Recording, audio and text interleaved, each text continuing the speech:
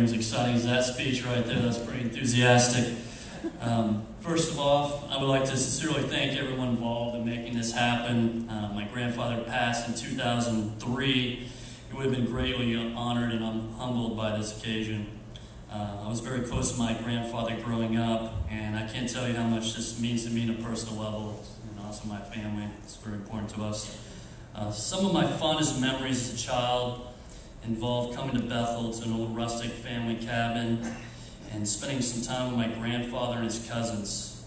After all the good times were shared, the memories exchanged, and the laughter exhausted, my grandfather always made a point to return to Gould Academy with me. He would walk around the beautiful campus while he supplemented his finger points and smiles with stories that held so closely to his heart.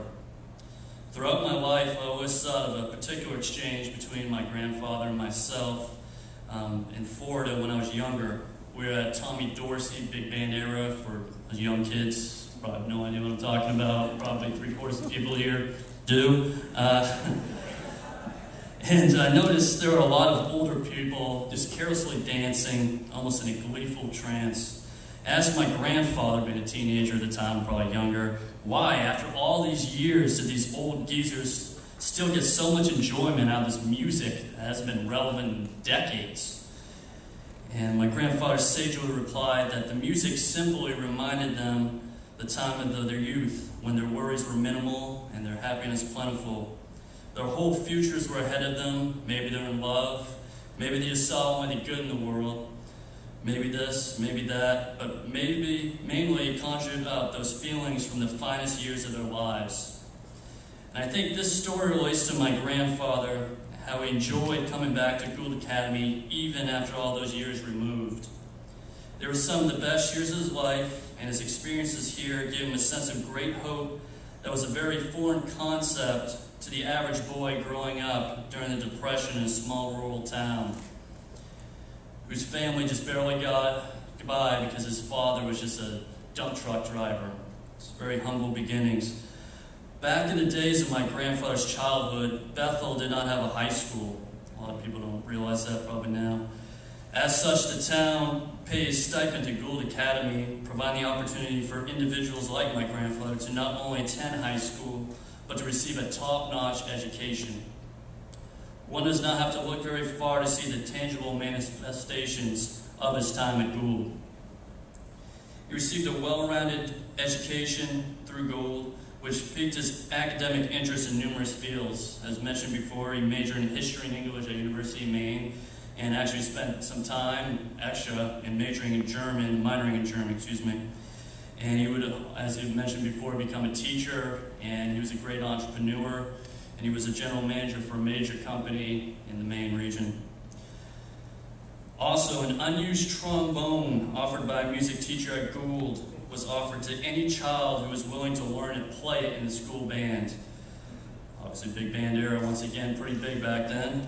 So my grandfather jumped at the opportunity, and he would go on to play the trombone professionally, first in the Army band that he was in, as mentioned before, and he played for several other big bands during the time.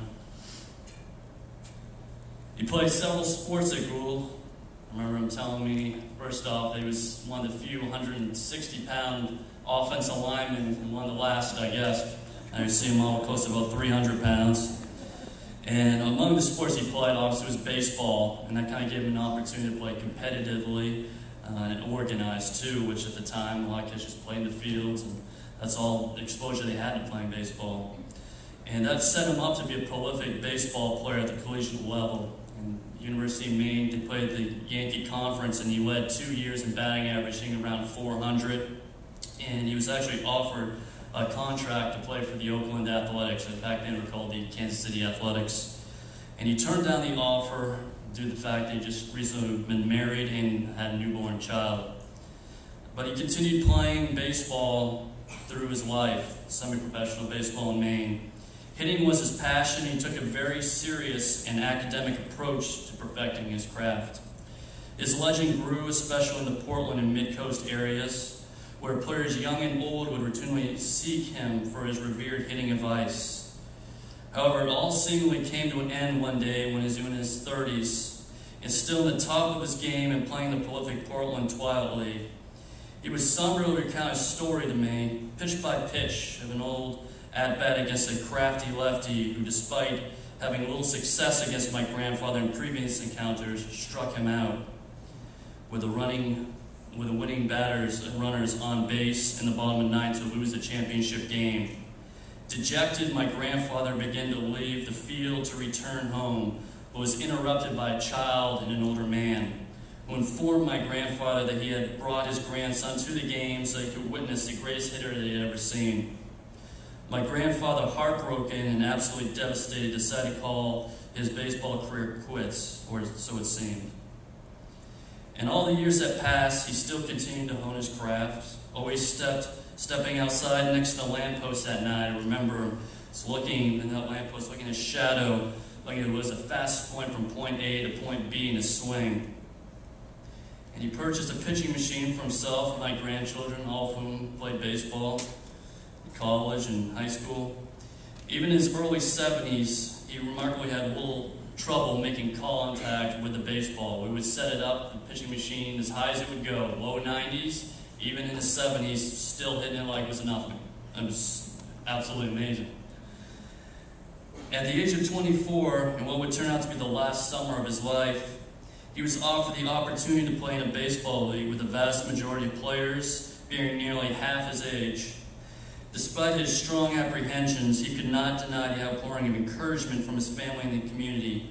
He decided to play, and not only did he not embarrass himself, but he was quite successful, cranking out big hits left and right, and creating a great deal of local buzz and ultimately media exposure by still having the ability to drive the ball over the fence.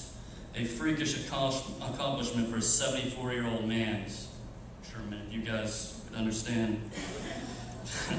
That wasn't a jab, guys. Just in general. It was a fitting curtain call for his baseball career and his life. Music, intellectual curiosity, and baseball. These were three of the more important, fulfilling aspects of my grandfather's life. And Gould Academy cradled, fostered, and instilled these talents in him. Between the Bethel-sponsored stipend to attend Gould Academy and the GI Bill, make no doubt about it, my grandfather was serendipitously given a great education that was not an option for the vast majority of individuals who came from a similar background. My grandfather, however, was well aware of this fact and always looked to altruistically reciprocate. In the era of PR campaigns, tax write-offs, and people commonly disposing of generosity in order to practice charity, as Albert Camus put it, my grandfather, with his humble background, was able to relate and come from a point of sincere empathy in the plight of others. He often did so without anybody knowing, not seeking recognition, because it's only the deed that mattered. In the same breath and vein, it is important to recognize that Gould Academy benefactors who made sacrifice in the tough era, the Great Depression, recognizing that they would enrich the lives of so many individuals like my grandfather. And as I look at my grandfather's children and grandchildren, I see musicians, see athletes, intellectuals, successful professionals. I work in professional baseball, all of whom profoundly influenced by his talents. This is a legacy he has left with his family. And now with his induction here today, his legacy will be further remembered at the very place that profoundly influenced him. The seeds of yesterday have germinated and blossomed, spawning new life and beauty, but above all, today is also a day to recognize those who nurture and tend. On behalf of my family, thank you, Gould Academy. We are proud of how you continue to impact our lives and the lives of everyone here. Thank you.